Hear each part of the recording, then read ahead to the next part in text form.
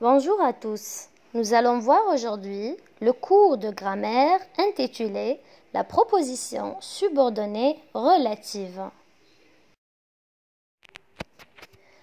Observe l'exemple suivant. J'ai aimé le livre que tu m'as offert.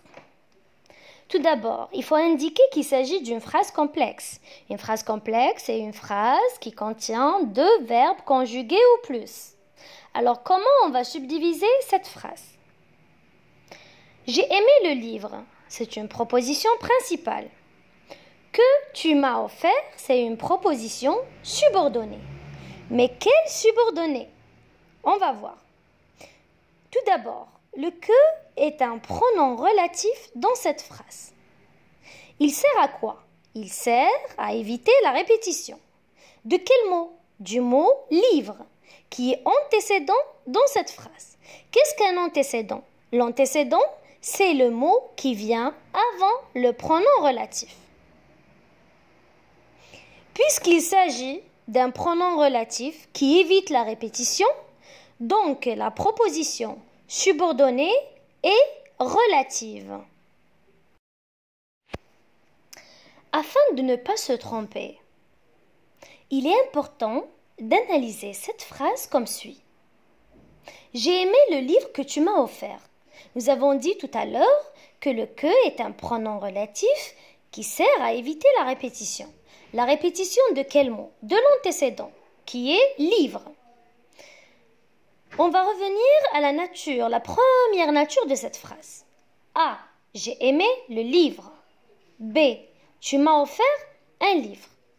Donc, le mot livre est répété dans la deuxième phrase. Et il occupe la position de COD. Tu, c'est un sujet. A offert, c'est un verbe. Quoi? Un livre. Donc, un livre est un COD dans cette phrase. Notez bien, pour remplacer un COD, j'emploie parmi les pronoms relatifs que je connais le pronom que.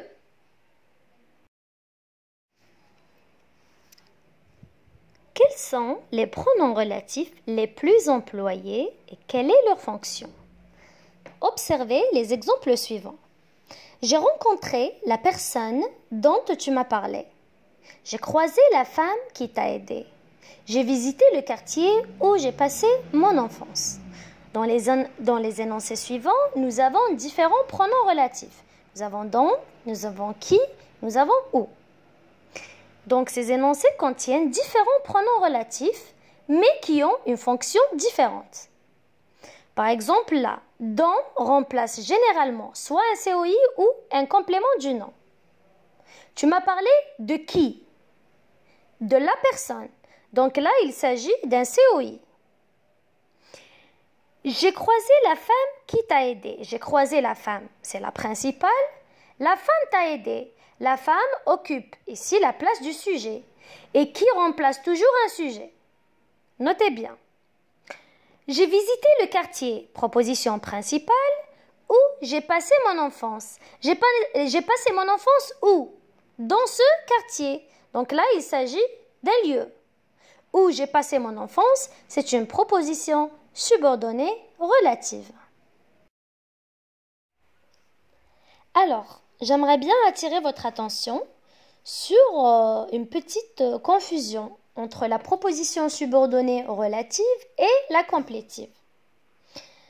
Alors, je vous propose une astuce très simple. Qu'est-ce qu'il faut faire pour distinguer entre les deux propositions? Il suffit seulement de vérifier la nature grammaticale de l'antécédent. Observez avec moi les exemples suivants. 1. Je pense que je suis malade. Ici, avant le que, nous avons le verbe penser. Donc, que je suis malade, c'est une proposition subordonnée complétive. C'est quoi son rôle? Ici, le que n'évite pas la répétition. D'accord? Ici, le que, c'est une conjonction de subordination. Que je suis malade, c'est une proposition qui vient compléter le sens du verbe penser. 2. J'ai lu la légende que tu m'as proposée.